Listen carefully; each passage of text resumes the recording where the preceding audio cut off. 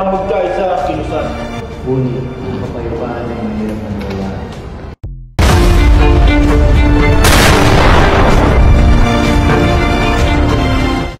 Walang kuwang ang mga bulag sa gabinete na ito. Ang pakikipagkasunduan mo sa Amerika ay para sa kapakanan ng ating kapwa Pilipino.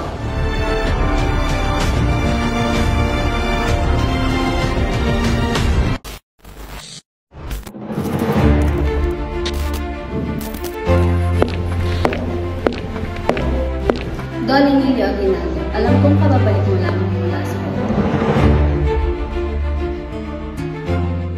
Pamahalaang diktatorya, ayaw mong subukan ito?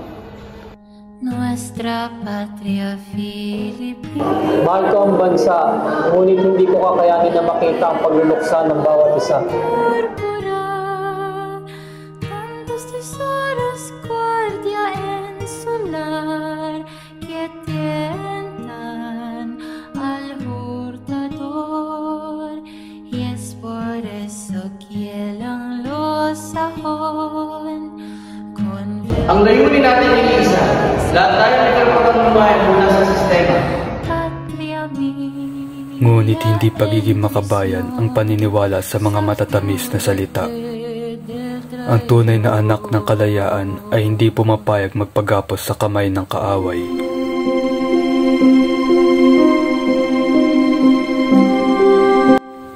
At noong taong 1899 ng February 4, nagsimula na ang digmaang Pilipino at mga Amerikano.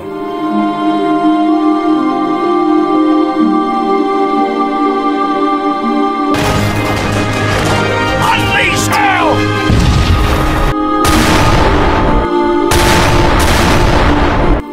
Dahil sa matapang, magiting at agresibong general na si Antonio Luna,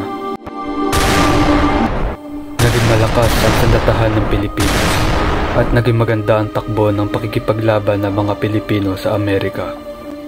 Ngunit noong June 5, 1899, pinatay na mga miyembro ng himagsikan si General Luna sa plano ng presidente. Dahil natakot ang presidente sa pagiging agresibo ng general at palitan siya nito.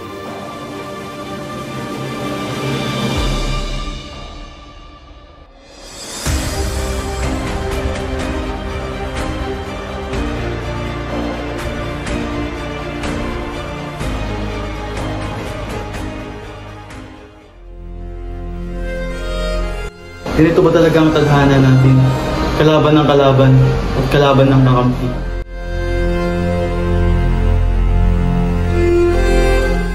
Matapos ilibing ng mga miyembro ng Kawit Cavite si General Luna,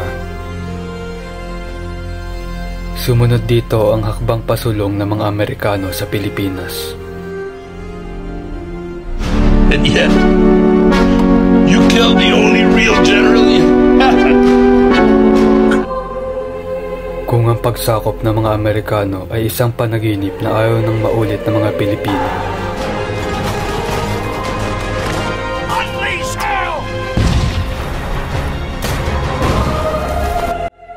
ang pagdating ng mga Hapon ang babago sa isiping ito.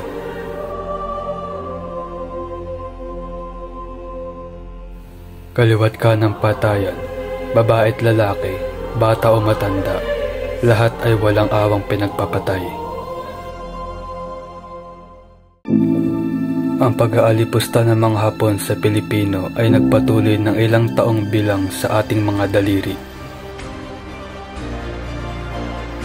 Taong 1945, sa tulong ng mga Amerikano, ang mamamayang Pilipino ay muling nakahinga ng maluwag.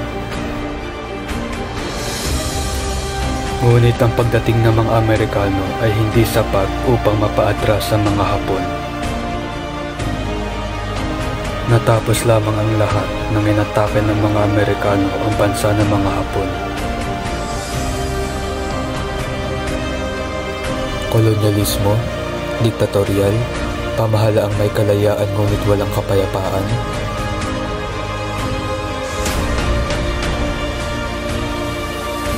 Mula sa pagtraidor kay General Luna at pagpatay kay Andres Bonifacio, tunay ba na ang kalayaan ay malapit na mata mo?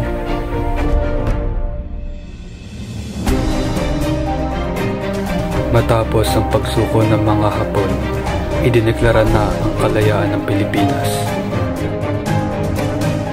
I am authorized and directed by the President of the United States to proclaim the independence of the Philippines as a separate and self-governing nation.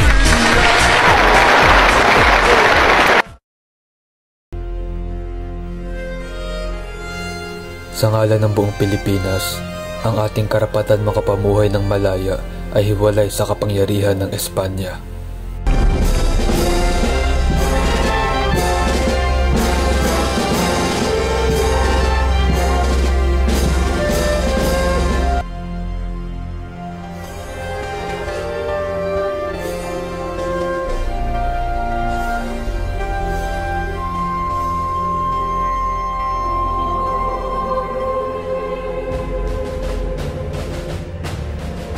Apo!